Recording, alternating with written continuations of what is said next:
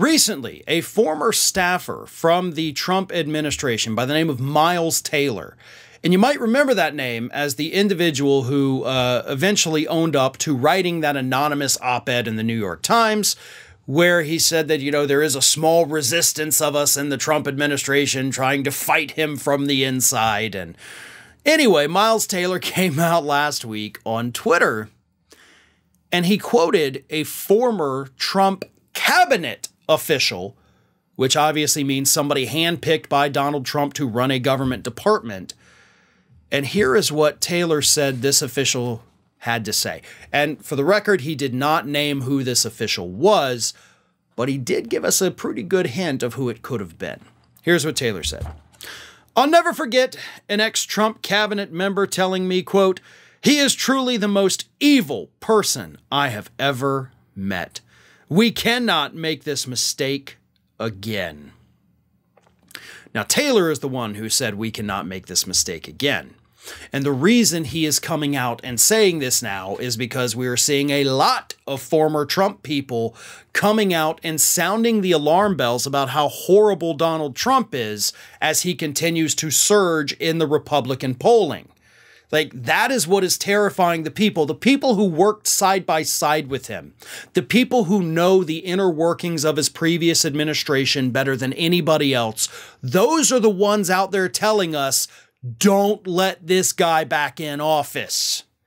Okay? You're not hearing that just from, you know, those of us on the left. You're not only hearing it from the Democrats. You're hearing it from the people who at one point said, I like this guy so much, I want to work for him. I want to be a part of this. And then they saw it, and they saw the real him. Okay, a real version of Donald Trump that most of us will never actually see. We'll only see what gets presented from Trump. But these people saw the real him, and they're telling us he is evil. He's not just a horrible person. He wasn't just a bad president. He wasn't stupid about the issues. Yeah, he was all those things, but they're telling us it goes deeper than that. We are dealing with a man who these people claim is genuinely evil. And I think that is a very strong word. And I think, of course, that these people use it for a reason to invoke those emotions in us. When we think of pure, unadulterated evil, they want you to think of Donald Trump. But as I said, he did give us a little hint as to who it may have been, because after that tweet, he then sent out a tweet where he quoted former Trump Chief of Staff John Kelly, which kind of made it seem like maybe it was Kelly who said that. It would definitely make sense if it were Kelly who said that. But here's what Kelly said, according to the second tweet. "The depths of his dishonesty is just astounding to me. The transactional nature of every relationship, though it's more pathetic than anything else. He is the most flawed person I have ever met in my life." And again, I know he's got the cult members out there and they love whatever he does, no matter what it is. But the people who got to work side by side with him, the people who had to deal with him every day in a situation that, of course, Donald Trump has never been in, with basically unlimited power, they saw what absolute power did to this man.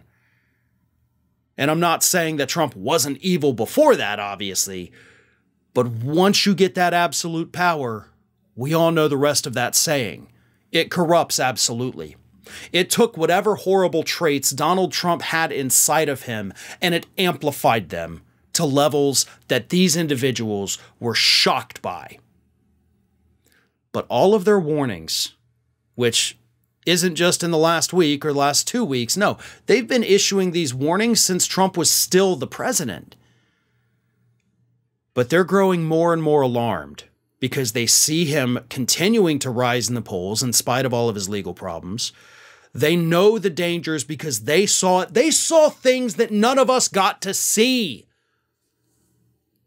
And if what they saw was scary enough for them to be like, listen, I'm a Republican, but I ain't voting for a Republican anymore.